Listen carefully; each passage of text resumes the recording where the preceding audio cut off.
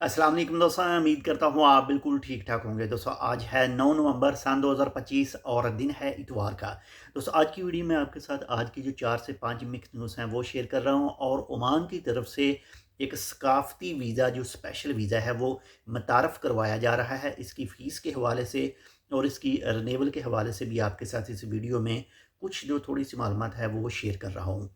तो चलिए सबसे जो पहली न्यूज़ है वो है जी ओमान नेशनल डे 2025 के हवाले से जो छुट्टियों का ऐलान है वो कर दिया गया है। और ओमान नेशनल डे 2025 की जो पहली छुट्टी होगी वो 26 नवंबर बरोज़ बुध, और सेकंड छुट्टी जो दूसरी छुट्टी है वो है जी 27 नवंबर बरोज़ जुमेरात को। और इसके साथ ही जुमा और हफ्ता की आपको पता है कि जो वीकली छुट्टियां आती हैं, यानी ओमान नेशनल डे की 2 छुट्टियां और 2 वीकली, और टोटल ये 4 छुट्टियां हो गई, यानी 26 से छुट्टियां शुरू होंगी और दोबारा जो काम स्टार्ट होगा वो 30 नवंबर बरोज़ इतवार को दोबारा से स्टार्ट होगा। और ओमान नेशनल डे इस साल जो है वो 20 नवंबर को है जो मनाया जा रहा है।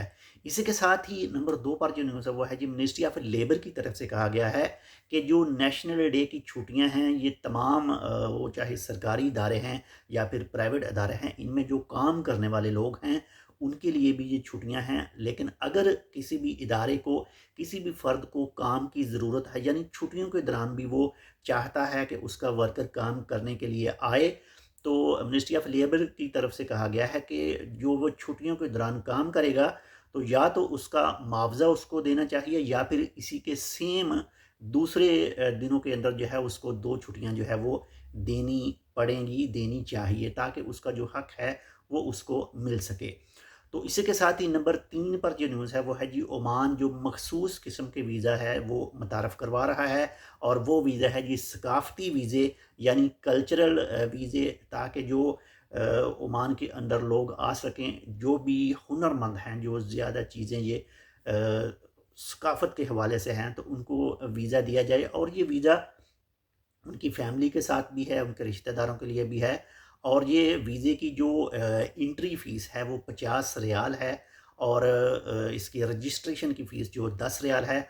और अगर रेसिडेंसी की बात करें तो 50 रियाल होगी 1 ईयर की। और इसके साथ ही जो रिन्यूअल फ़ीस होगी वो 10 ओमानी रियाल जो है वो बताई जा रही है। बाकी इसके हवाले से मुख्तलिफ सोशल मीडिया के ऊपर इसकी फ़ीस के हवाले से, इसकी तफसील के हवाले से आपको जो है वो मुख्तलिफ आर्टिकल भी मिल जाएंगे, आप वो भी चेक कर सकते हैं।